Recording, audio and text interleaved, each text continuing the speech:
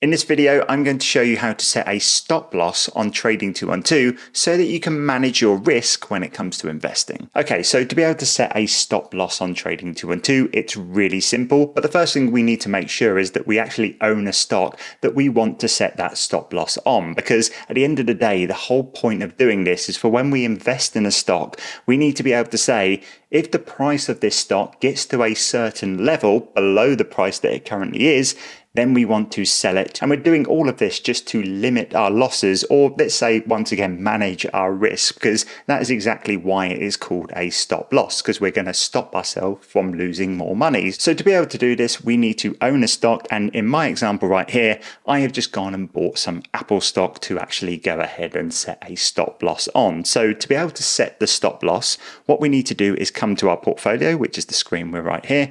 We need to click the stock that we want to set the stop loss on. In my case, it's going to be this Apple stock right here. So I'm going to go ahead and click that.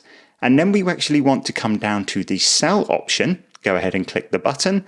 And then we want to come over the top here to where it says stop.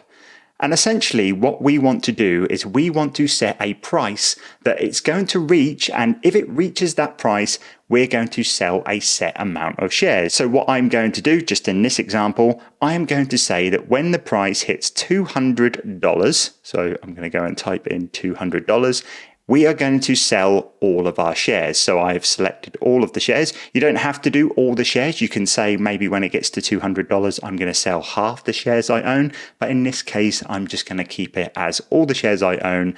I'm going to sell if that Apple stock reaches $200. Now, for all I know, Apple stock may never go down to $200 again. And that is why having a stop loss is quite handy to have if you want to limit your risk when it comes to individual trades like this. But essentially, once you are ready, you can go ahead and lock that in by reviewing your order. And then you can go ahead and click the send sell order. And basically what's going to happen from here is you are still going to own Apple shares, of course, because the stock hasn't reached that $200 mark.